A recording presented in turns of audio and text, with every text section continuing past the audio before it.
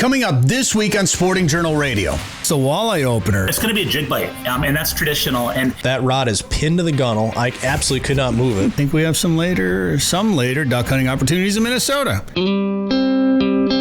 Broadcasting on the Sporting Journal Radio Network, wherever you get your podcasts or watch on YouTube. Fish on right now. Well, we're here at the 2024 Pheasant Fest and Quail Classic, presented by OnX. Know where you stand with OnX. And our guest now is Jeremy Smith. I fish, I hunt, and always will. It's just to look out for your everyday hunter, angler, and trapper that's out there. A Fish Hunt Forever production. This is Sporting Journal Radio. Oh, welcome to the show, ladies and gentlemen. Dan, it's the walleye opener, the fishing opener, whatever you want to call it. Well, it's not, because this airs on May 8th. Oh, well, I said this weekend. No, you said it's the fishing opener, Dan. I said, okay. It's fishing opener on Saturday, May 10th. Rewind the tape. This weekend, Dan, it's the walleye opener. You're right. All right. Let's go. Are you excited? I'll get there.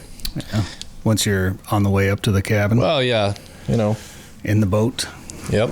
It's hard to get super excited. I mean, I'm excited to catch walleyes, but we just had some pretty epic fishing the last week. Yeah, it's, when you catch the most powerful fish you've ever caught in your life, it's pretty hard to get excited about. Fishing for a fish that I think we all can admit is not the hardest fighting fish in the world.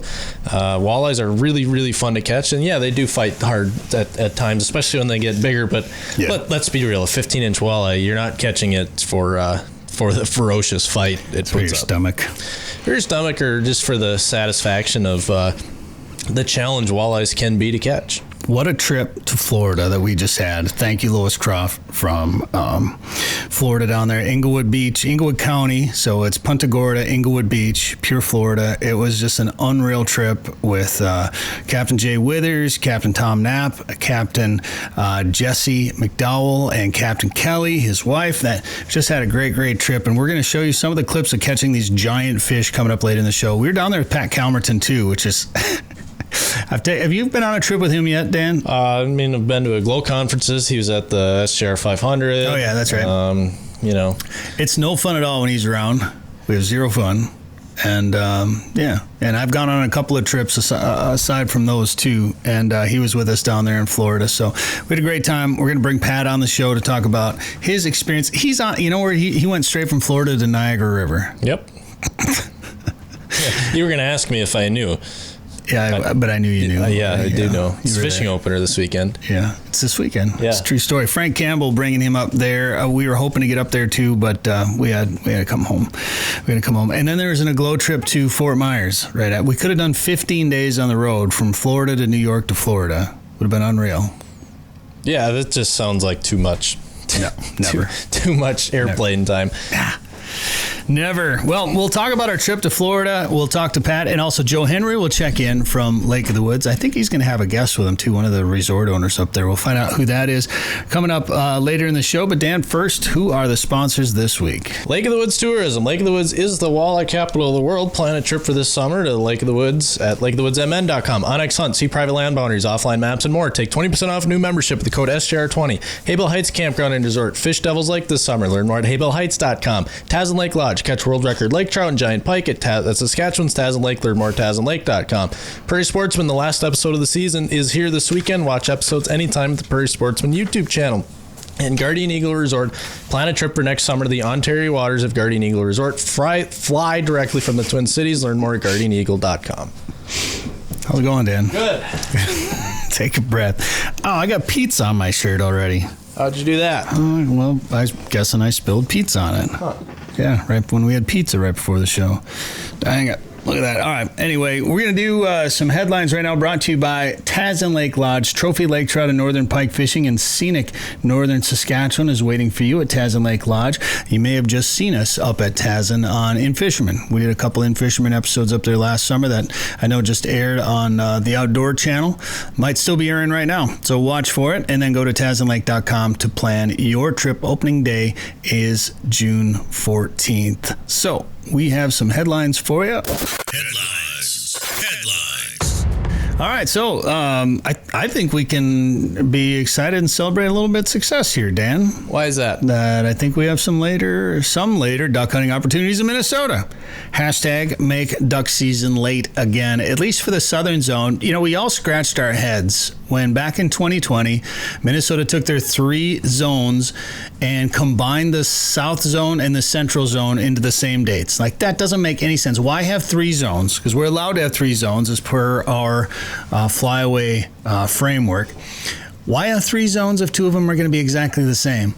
And as we've talked on this show many times, Minnesota is a very tall state. Like, even from where we are here in the kind of the middle part of the state up to the north, that's 5-6 hours away.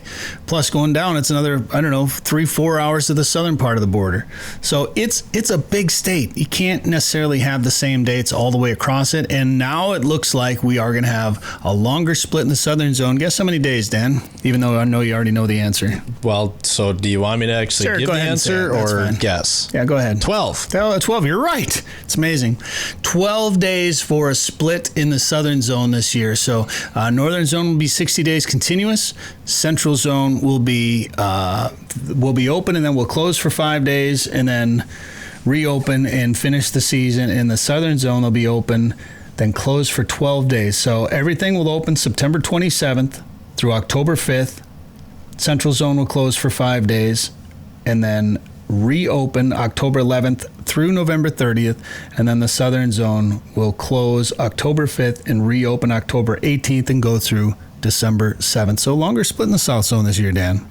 That's accurate. Yeah, that should be good for hunters down there.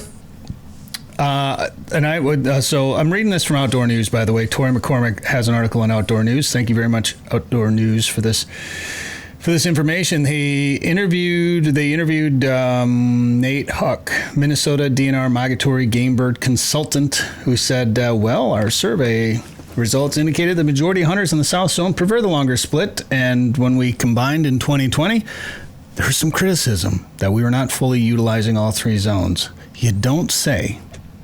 So this will give Minnesota 3 distinct seasons in each zone. So I think that's good. I think we should celebrate just a little bit. Early teal season in Minnesota will be September 6th through the 10th. The September goose season will be September 6th through the 21st. And the DNR, I guess... Wait a second. Early teal's September 6th? September 6th through the 10th. Oh, has it ever been that late? I can't remember. That's interesting. I think... It's the first Saturday. Seems really late. I feel like it usually tries to run concurrent with the beginning of the early goose season, but I can't remember, honestly. Well, I feel like that's a really late early goose season, too. It says our teal season dates are consistent with the first 4 seasons of the early teal season and what has been standard practice for September goose season dates for many years, starting on the first Saturday, unless the first falls on a Sunday like it did last year. We considered opening September 1st, but ultimately made the decision to remain with their standard season dates. So that must be when they do it. They considered a 7-day early teal season, but decided against it. They, based on the federal framework, we could have had 9 days for early teal this year, and they decided just to do 5. So that's it's just wild that opening weekend is not going to be Labor Day weekend like it normally is. What's Labor Day weekend this year? September 1st. Oh, first Monday in September. So no 3-day weekend for you weekend warrior hunters. It sucks for you, I guess, but. Whoa, too bad. New pintail limit this year. 2? 1 to 2. DNR could have offered 3 based on the harvest strategy. But 2 pintails in Minnesota this year. Goose season, you can Google all the rest of this stuff. Crane season, September 13th through October 19th up in the Northwest. Yeah. All right. So there you go. Thanks, Outdoor News, for the info on the new duck season dates for this year. All right. Walleye season is here, Dan. You're going north. Well, it's here on Saturday. Yeah. Yeah. Not May 8th. It's May 10th. Right. Yep. Gotcha. Well, you seem to still be confused about that. You said it's here. It's not here yet. Hold your horses. Okay, it's here this weekend. There you go. Tell me more. Tell me more about your plans for this weekend, Dan. Oh, I don't want to give away my secrets. Okay, this is good. This is compelling radio. Well, I have secrets, and I don't want people to know them, even though I signed up for a job that is kind of telling people my fishing secrets. Right. I don't know. What are you going to do? I don't know if I'm going to fish. I'm sure I will somewhere. I don't have plans yet. You do. Oh, well. So this is good. I'm going to go to a lake and I'm going to huck a bait around. This Catch is some great. walleyes. All right. Well, you have a tradition where you fish with your dad. You go up north. You don't have to say the lake. You don't have to tell me what plastic you're going to put on. I was about to, but now I'm being rudely interrupted. Well, it's because you were offering nothing. I'm probably going to... It's a tease. It's a terrible tease. Well, I'm probably going to probably have a leech in the boat. Oh. And probably not any minnows because I hate fishing minnows. Right. Probably have some plastics, and I'm probably going to cycle through both of them and probably not cast until I see fish on any sort of electronic, whether it's live scope or not. Because side scan, actually, believe it or not, is very effective at finding fish, especially this time of year when a lot of walleyes are set up on shallow sand flats. So might throw a slip bobber and a leech at them, might throw a jig and a paddle tail at them, or maybe a drop shot and a fancy schmancy little drop shot bait, maybe a Ned rig. That worked really well last year. All right, was that so hard? You kind of. Telling us about... Oh, you can't tell me your plans. So good luck. Yeah, because I don't have any yet. Good luck to everyone this weekend when the walleye season opens from all of us right here. All right, we got to go to break, but before we do that, Dan, the final Prairie Sportsman episode of the season is coming this weekend, Sunday night, as a matter of fact, on Pioneer PBS or at noon on the Prairie Sportsman YouTube channel. You're going to see something that looks like this. All right, guys, ready? Let's go. Coming up on the next Prairie Sportsman, we head to the field with some small gauge shotguns. There we go. With the 410, right at the end of the day. Then, we get a unique look at what goes into building a better habitat for our furry and feathered friends. Snow inside this thicket is just trampled. Not just pheasants, but deer, rabbits, other small game have been using it as well. I was so out of breath when I was talking about that thicket. I was just trying to get all my words out before I had to take another deep breath. Watch for that new PS episode coming soon. And while you're on YouTube, we have a brand new video too from our trip to Land Between the Lakes. So if you're looking for a summer vacation trip with the family, whether you want to do some fishing or maybe you want to go during a hunting season or you just want to do some camping and check out some hiking and check out some of the events at Land Between the Lakes at Kentucky Lake, you can see that video now and find out what to expect at Kentucky Lake and Land Between the Lakes on the Fish Hunt Forever YouTube channel. All right, we're going to show you some of the footage of our giant fish from Florida when we come back. Sick of eating tag soup? It's time to own your odds this fall with OnX Hunt, the GPS hunting app trusted by millions of hunters. Now you'll have access to nationwide public and private land ownership information, waypoints, optimal win for each stand, tracks, and much more.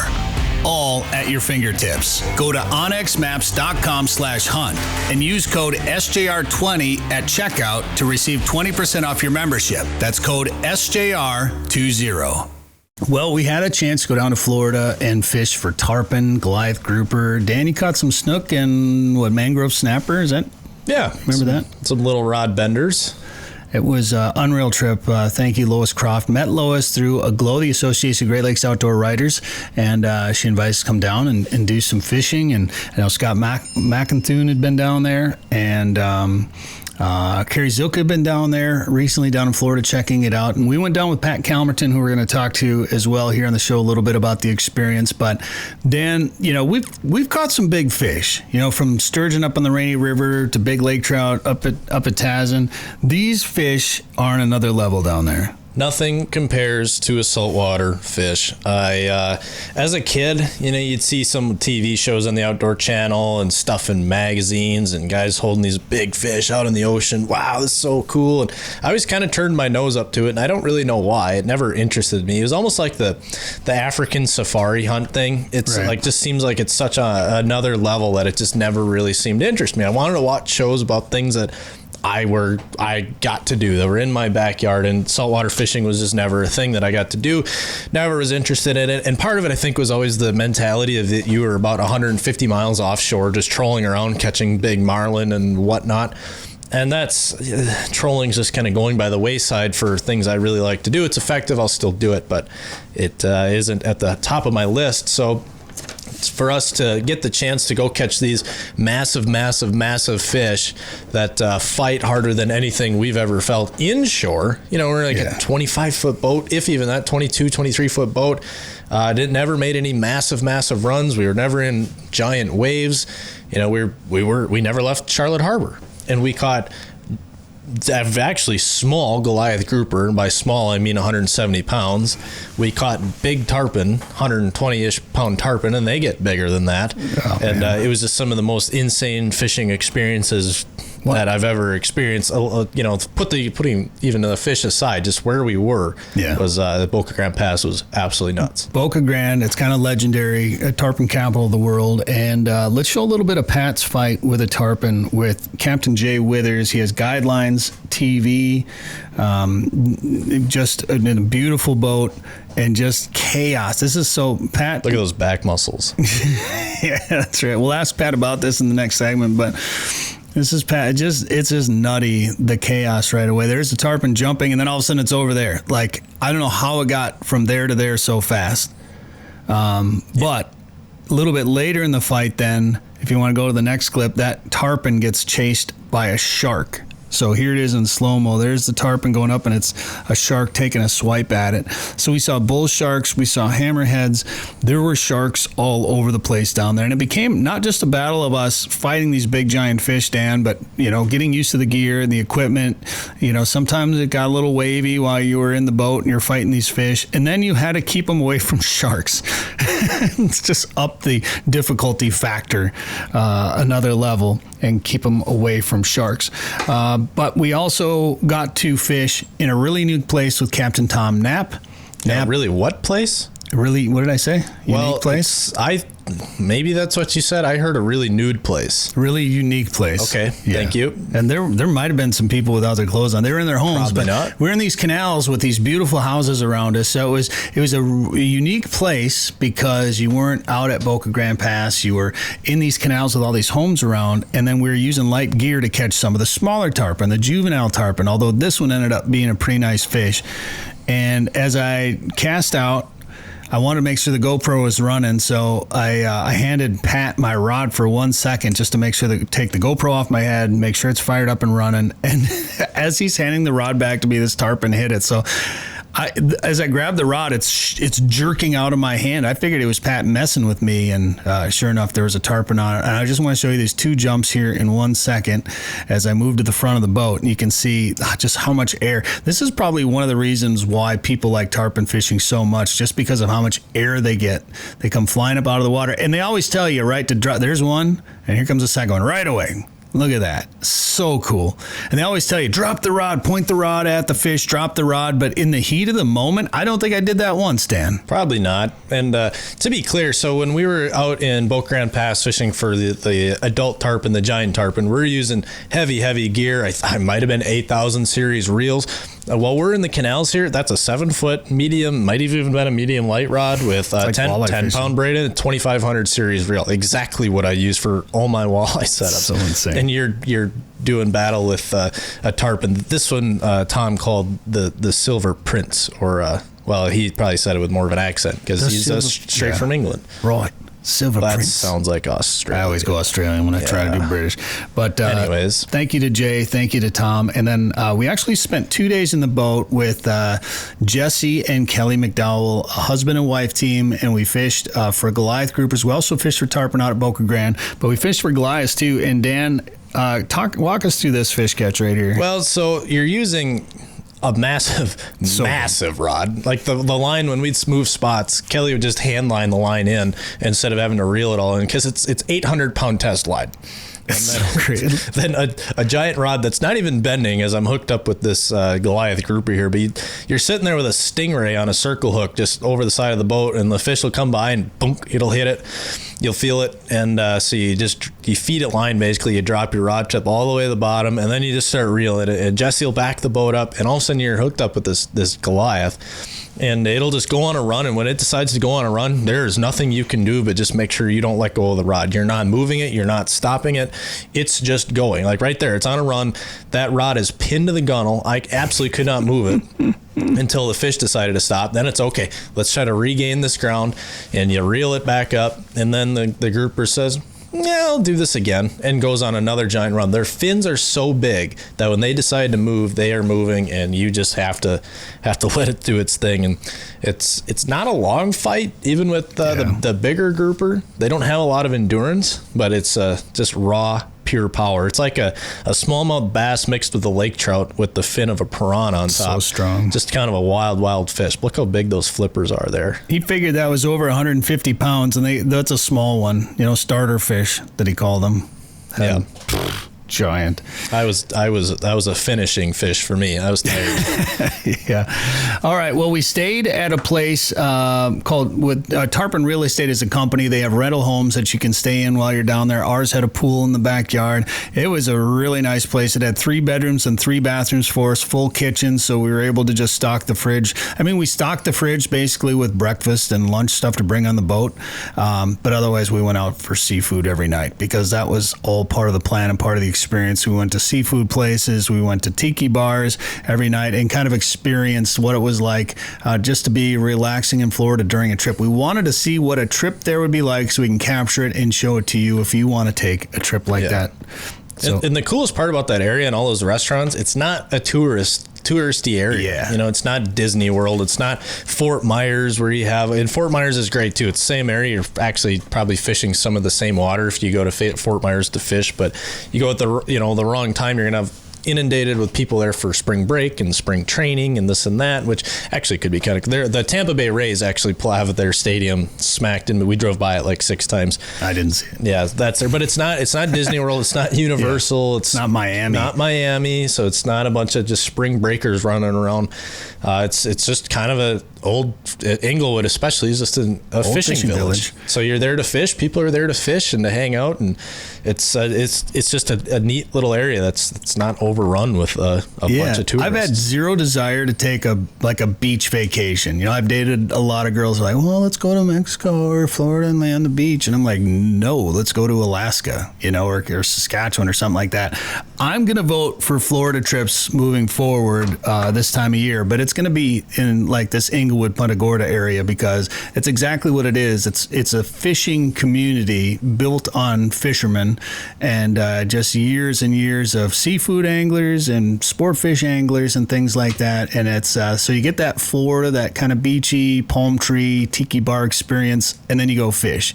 So it's about perfect. PureFlorida.com has more details about who you can book, where you can stay, things like that. And then we're gonna have a whole travel blog at FishHuntForever.com with links to everybody that we fished with and where we stayed and all that. So you'll be able to plan a trip as well. And we'll tell you more about it when we come back with Pat Kalmerton. Stay there. Now is the time to start thinking about chasing big walleyes on Devil's Lake. Get on the fish at Haybale Heights Campground and Resort. Haybale Heights makes it easy for you to make memories on legendary Devil's Lake with guided fishing and lodging packages. Or bring your own boat and rent one of their cabins on East Bay. Haybale Heights offers a private marina, fish cleaning station, and the opportunity to relax and enjoy your bucket list trip to Devil's Lake, North Dakota. To book your trip, visit haybaleheights.com. That's haybaleheights.com. All right, it's time to head out. Actually, heading out to Niagara River right now to check in with Pat Kalmerton, who is just with us down in Florida. Pat, what's going on? Hey there, fellas. Hey, I would say I miss you, but I don't because we're having a lot of fun while you guys are sitting in studio. So it sucks to you. Well, some of us have to. Hey, you guys recognize this one? I sure do. I'm doing well. How are you doing? Very good, man. Very good. Just out here enjoying life. All right. How you doing with Pat in the boat with you? Whoa. You hear that? You hear that? He likes me. Whoa. Well, it's the first day. Have you gotten has he shared any of his deli meat with you yet, Pat? No, he doesn't like me that much. I guess already not. Heard about all the little souffles of deli meat and all that. I brought block cheese because they told me he had it, and I get here. He doesn't have anything. Well, he doesn't like you as much as he likes us. Yeah. It's not very nice. He didn't know me. Now he knows me. Tomorrow he'll bring it. There you go. Well, it's good to see you, Dave. Who all are you fishing with, Dave, each day then, or what? Are you guys deal with Pat the whole trip? No, different group each day. Different group. All right, you're lucky. This is my last day. I'm not fishing tomorrow. What the heck? You're somewhere. Yep, got a rare day off. Well, a morning off. I'm fishing the afternoon. Well, all right. So you've been up there. Are you at the Devil's Hole, or where are you at up there? We're off the Fort Niagara Wall, mouth of the Niagara River here on Lake Ontario. Just jigging throwing some crankbaits. We fished from Devil's Hole all the way to the mouth of the Niagara here out in the Lake Ontario.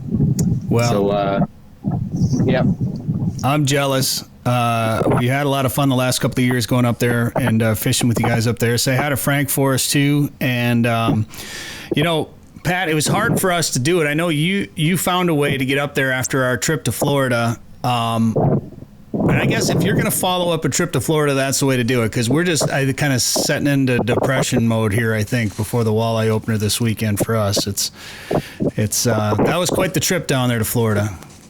You are not going to want to talk to me next week, because coming off of Florida and then coming right into this trip, it's incredible trips, both back to back, 10 days straight of fishing, between the tarpon and Goliath, and then coming into this fishery. But let's talk about Florida. Let's do that. We showed before the segment, before you came on with us, we showed you fighting that tarpon the first day with Jay Withers. Did you see how I manhandled that thing? Did you see that? We saw the back muscles.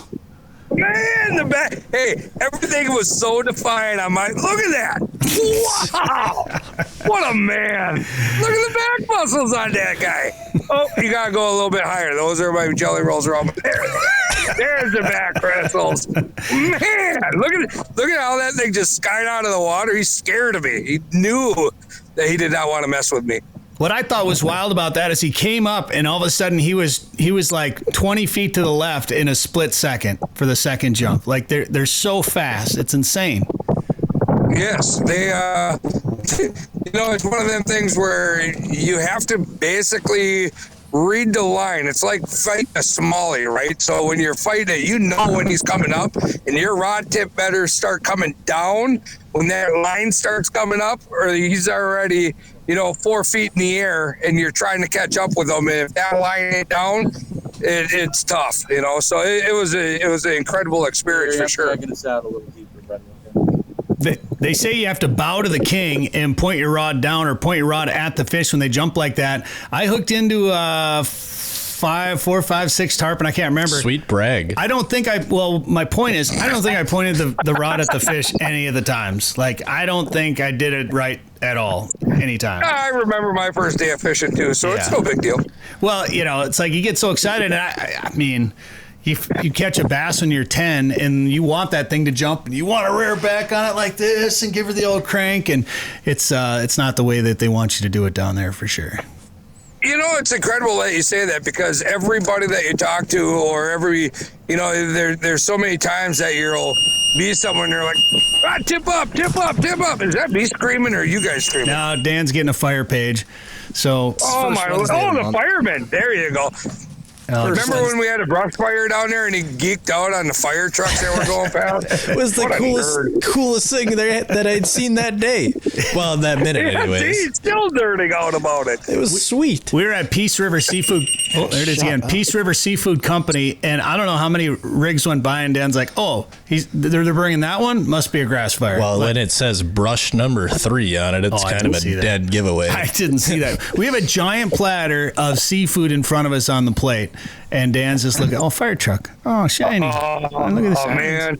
Hey, you guys can't be showing that. I want to go back and eat some of the snow crabs and the blue crabs and what was the garlic? Clusters. I think it was the blue crabs that they had there. Yeah, the garlic clusters. But the shrimp, the stone crab, when we got those crab claws from the stone crab, I don't know if you got that clip there, Dan, but it was I'd never seen crab claws like that before. This is a clip I got. There should be 2 of them in there, but that was, I don't know, they were like different colored. It was kind of cool. A little bit bigger, and then we were just mashing them with mallets. That was awesome. Yeah, we got to beat things up on the table. It was great. We had weapons. They called them weapons. Yeah, just pulled them They out did. of the We bag. all actually went in. We actually even went in and bought some just because it was fun beating up things on the table. You should use that on some chicken wings tonight. Oh, I do have it along. Yeah. I'll walk in there and just start beating. Smashing People look at me chicken like, wings. I don't know if you want to try to add this in, but it is 6747. Should be in that file. Well, yeah, I remember that. That's going to be a lot of work. All right. Well, in you any said we case- didn't need both of them. You said you only needed one. Oh, so Listen it's to your you. fault It is now, your all of a sudden. fault. I see how it is. Well, Gosh. eating seafood and that. I mean, we could have stayed in a better place, I guess. That house, 3 bedrooms and 3 bathrooms and the swimming pool, just terrible. Terrible. It was. I wouldn't recommend anybody to ever look at it all. So when we do decide to go back, it's open every time we want to go. That's a great idea. Well, there's Lois. Lois made the shot. We had a nice big TV to watch the end of the wild season on. Don't remind me. Nice pool to cool off in, cool our sunburns off. Oh. Hey, you guys remember how many fish Dan caught off of the dock over there? I lost count. You can't count that high, can you? You actually have to put your shoes and some gloves on to count that high, I think. You have to go backwards. Hey, now, it's at 0. this is going to be a surprise to you guys, but if I disappear, it's because my phone died. Well, if you can make it 4 more minutes, then that's all we need out of you. If not, that's okay. I think I can. I think I can. I did nothing wrong, fellas. I mean, it's we're busy here. That is of no shock to me, Pat, because each day we were fishing in Florida, you had your phone plugged into the guy at on the console there, and the guy's trying to drive his boat, and he's got your phone cable wrapped up in the steering wheel, and they make chargers that you can use in your hotel rooms. I know. I do. I like to take pictures and talk to people and play on my phone, I guess. If you had an iPhone, you wouldn't have that problem. You and your damn iPhone. Those things are cool. Those are some sexy sunglasses you got there too, Pat. I know. I'm a good-looking fella, aren't I? Well, how come Dave doesn't have a pair of Relevance on yet? Well, we're gonna set him up. We'll get some over to him. I promise. All right. I promise. Not only that, but he's sporting a beautiful St. Croix rod in his hand right now. So he's gonna go straight from the Croix to the Relevance. He's gonna be a whole new man. I'm telling you what. Look at you. He's all grinning ear to ear. He's like kid at the candy store. I like it. Pat, what do you think your favorite meal down in Florida was? Oh man, I don't know, because I had that hog snapper that woman came out and deboned it like I was a king. You remember that? I mean, that thing came out and the teeth, it was smiling at me. I swear to God, I got pictures of it. The teeth were like hogging, like coming up like this. And then this gal came out and she did amazing things, and she literally deboned it for me and put it on our plate, and we were eating it that way. So that was really good. The crabs, of course, were really good. The lobster roll, we were over at the hot shoe place. What Steamers? Steamers. Yeah, Steamers. Man, I had the sneezes. I don't know what happened in that place, but I had the sneezes, and their lobster roll was really good. Oh, you got to tell the story now. We got to tell that story, Pat. You can't tell the story. What if she watches this thing? There's I'll be nothing wrong. embarrassed. She just misunderstood your sneeze. I was kind of a sexy sneeze. I mean, I don't blame her. I sneezed, and then she introduced herself. I was like, I sneezed, and she's like, yeah, I'm Chelsea. I was like, oh God. I had like sneeze all over my hands, and she was trying to shake my hand, and it was awkward. It was weird. This is a great start to the trip. It was. So that was fun.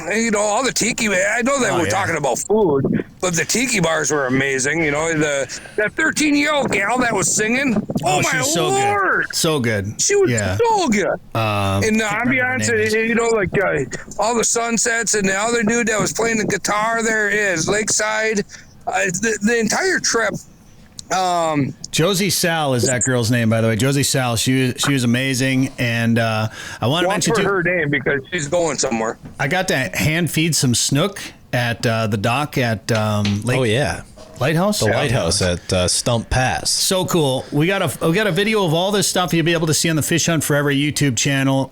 Pat, I'm glad your phone survived this entire interview. Say hi to Dave and Frank and the rest of the guys up there at Niagara River. I'm jealous. Dave, you'd think that this guy knows how to feel the bottom better, but now he's all snagged up. Oh, boy. All right, Pat. How does it feel to be able to set the hook again? Yeah. You guys should try it instead of sitting in the house. These guys should probably stop playing video. Oh, the cannons at the fort is going off. Nice. That was pretty sweet. So, we got down here, and it's been incredible weather. It's been incredible everything that's about it. Catching bass, playing with the different equipment and all that other good stuff. So, one last like thing, I said, Pat. I'm going to go through depression mode next week. Yeah, one last thing before we let you go. Talk about fighting that Goliath grouper down in Florida.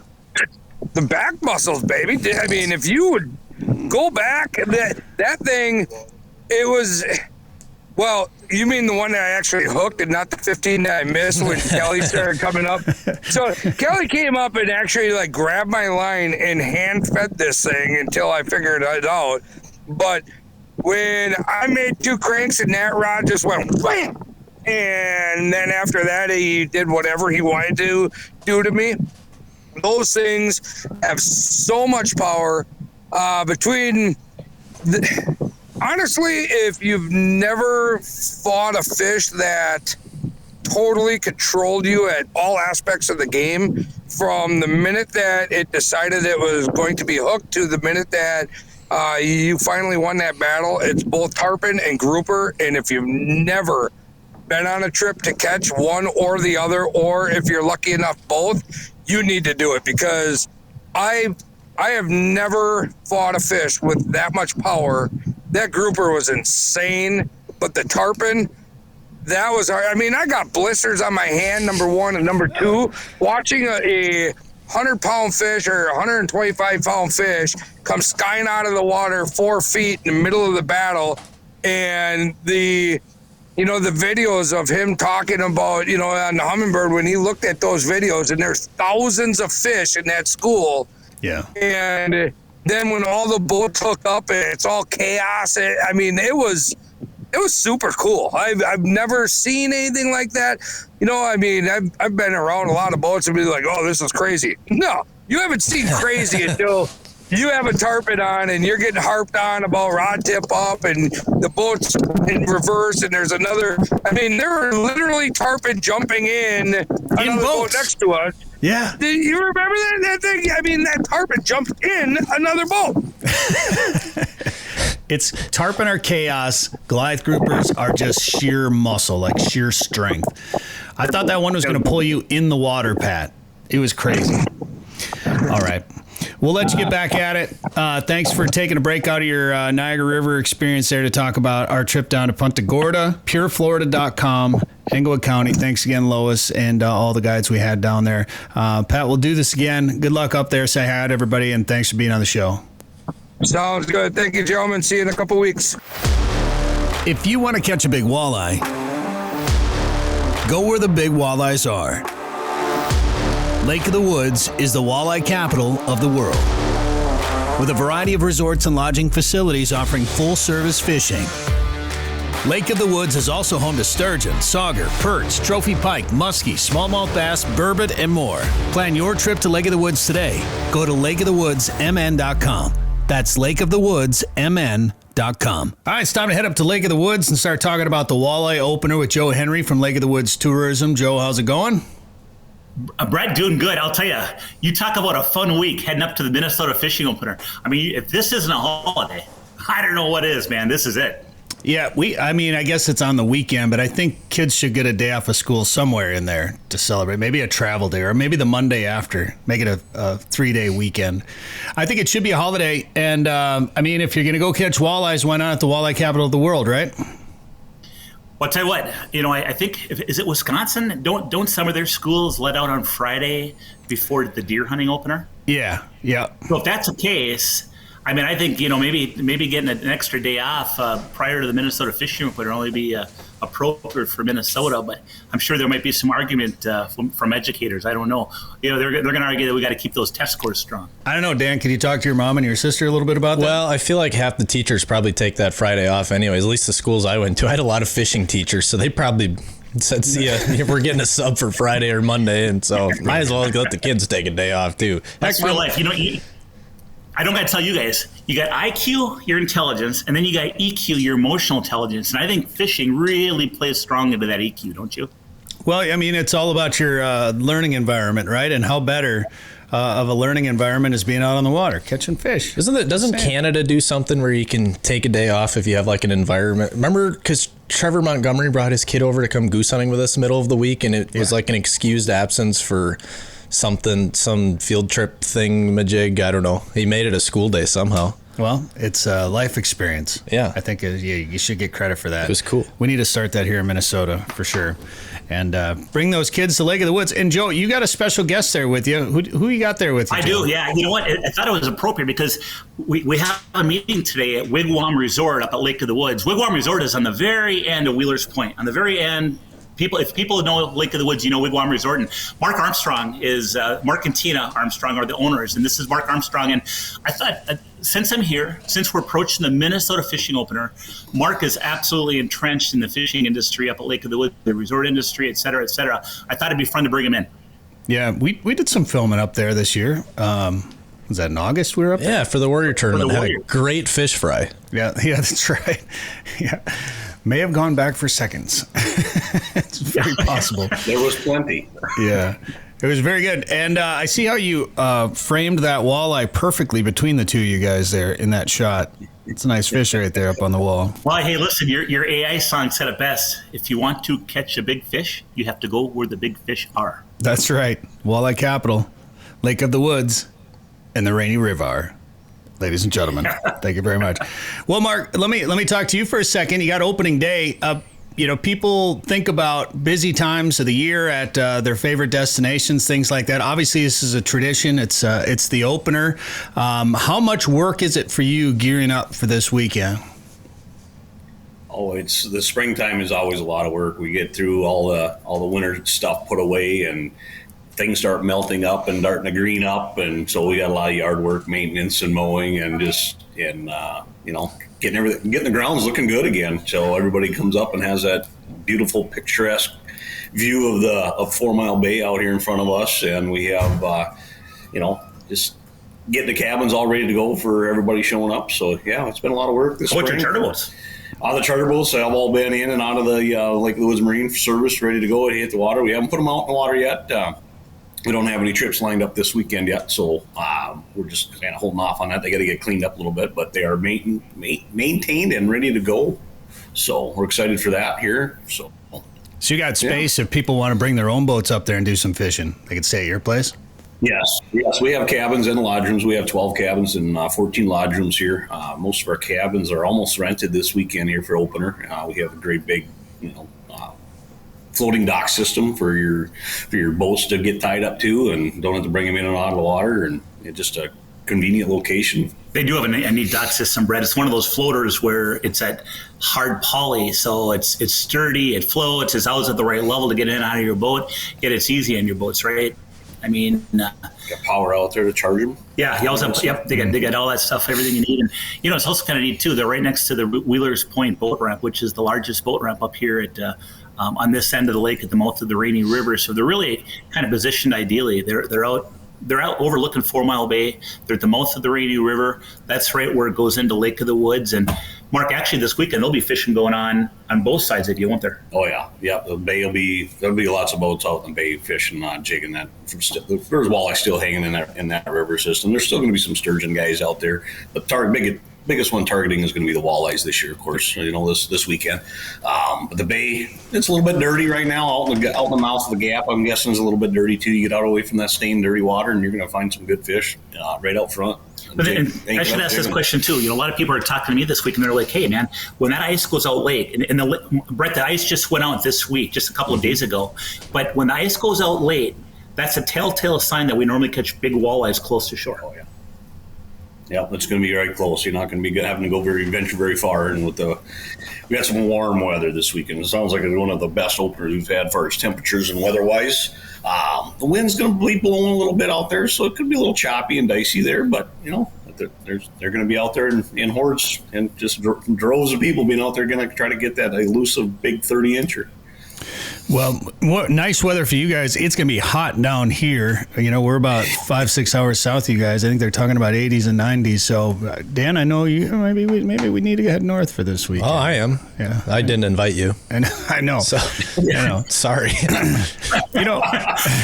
I always joke that the best way to catch a big walleye on the Rainy River is to go sturgeon fishing. So I'm sure there's been a few bycatches by sturgeon anglers. Have you heard of any still in the river going on lately? Of the sturgeon? Of walleyes being caught. Walleye, yeah, there's been a few here snagged and stuff. They're still catching a few walleyes. They're out there.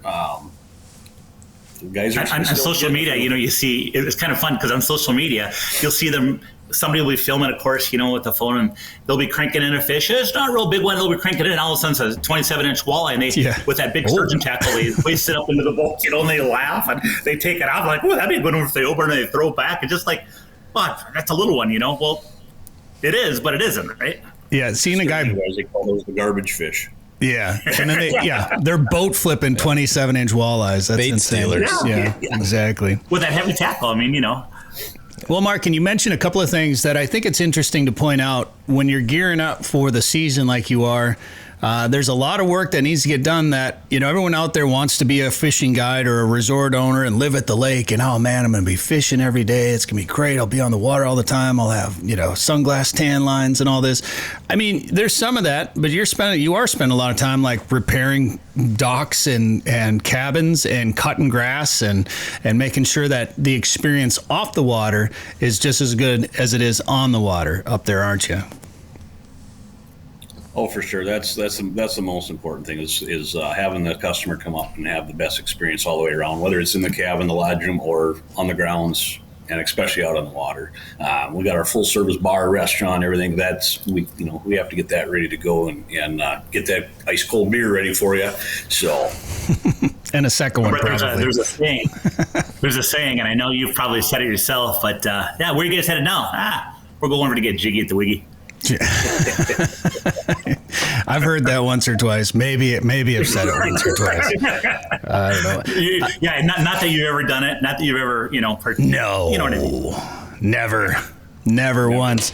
I like that bar because it's I remember the first time I went in there and the bar just kind of kept going, and all of a sudden I was into another bar up on the end up there. So there's a lot of room in there, a lot of places to get that ice cold beer up there. Yeah, there is.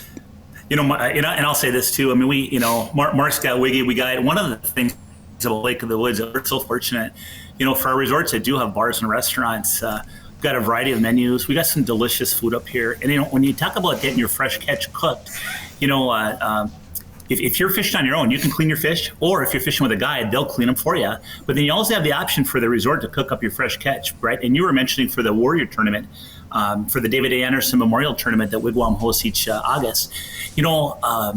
Every resort has their batter that they love, and they have their homemade tartar sauce, and they've perfected it over the years. And Wigwam is no different. Brett, I think you can speak firsthand to how good the walleyes are when Wigwam cooks them for you. Yeah, it was delicious. It was really good. And I'm excited that opener is here. And Joe, for people that are going to be going out and targeting fish up at Lake of the Woods, what are you going to tell them to do? It's going to be a jig bite, and that's traditional. And, using a jig and, a minnow, but actually a frozen emerald shiner.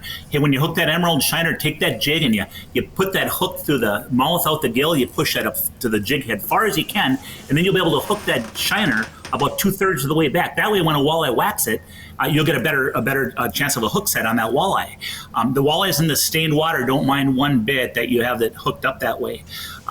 You're going to get out there amongst schools of walleyes and saugers, and you're going to spot lock or anchor up, and you're going to jig. Yep, there will be some fish in the river yet because we just got done with the spawn. There'll be some fish in 4 Mile Bay, and then across that south shore, and even up at the northwest angle, a near shore structure, Brett. The underwater points, the neck down areas where there's a little bit of current, but those fish are going to be just off that shoreline. And they're going to be hungry. I mean, there's going to be a lot of fish to be had, and it's not going to be a problem catching fish. I think there will be a lot of big fish caught this weekend because those females are just post-spawn. So they'll be sliding out, and those anglers will be amongst those big fish that are still sliding out. So I think it's going to be an epic opener. Normally, limits are to be had. It's a matter of how many fish did you throw back and what was your biggest. It's not a matter if you got your fish. It's how many did you get and what was your biggest fish. Love it. It's so funny. The standard, the bar is set so high when you go to Lake of the Woods. The standards are so different when you go up there and start counting fish. We kid about it in the winter, don't we, Brett? I mean, it's like, how'd you do at Lake of the Woods? Oh, we did all right, man. We got one day we got 35 fish. I think next day we got 40, but just okay. Just okay, you freaking kidding me? Those aren't panfish. Those are walleyes and soggers. Right. But that's where if you've had a 100-fish day or a 70-fish day, you always remember that, right? You're spoiled. But the kicker is, it's still fishing. Even on Lake of the Woods, it's still fishing. You still got to find the fish. Weather and fronts and waves and stained the dirty water from, the spring runout. All those things will affect fishing. But I'll tell you, once you find those fish, the schools are so enormous that it can be pop, pop, pop, pop, pop, and that's what people remember. And that's normally when you come up here, you're going to catch fish. You will catch some fish. You will find some. It helps to have an estimated 10 million walleyes in your lake, right? Yeah. Well, that's one or two for sure. All right, I'm coming up. Yeah. That's it. Deal's done. All right, Mark, if people want to spend some time at Wigwam, where do they find you online? They can get us. They can follow us on Facebook or visit our website. Give us a call. What's your website? Website is, what is our website? Wigwam Resort, lakeofthewoods.com. Mark has been in cabins. He's been in charter boats. He's been behind a moor. He's been in the storage unit. He's got somebody else for that web business. WigwamResortLOW.com. There you go. Thanks, Dan. Yes, sir. All right. And nowadays, so many people, you just start Googling stuff and you end up finding it that way anyway. But all right, Mark, well, good luck this weekend and good luck with the season. And thanks for being on the show. And Joe, if people want to book a trip to Lake of the Woods and find out some more information about the area, what should they do? Yeah, the next couple weeks are going to be fantastic. We do have room. We do have availability. Check out our website, and that is lakeofthewoodsmn.com. Sporting Journal Radio is a division of Macaba LLC. If you've got a question, comment, or story idea for us, send us an email. Go to sportingjournalradio.com. While you're there, you can learn how to advertise on the show and visit our store for hats, hoodies, coffee mugs, and more. Go to sportingjournalradio.com.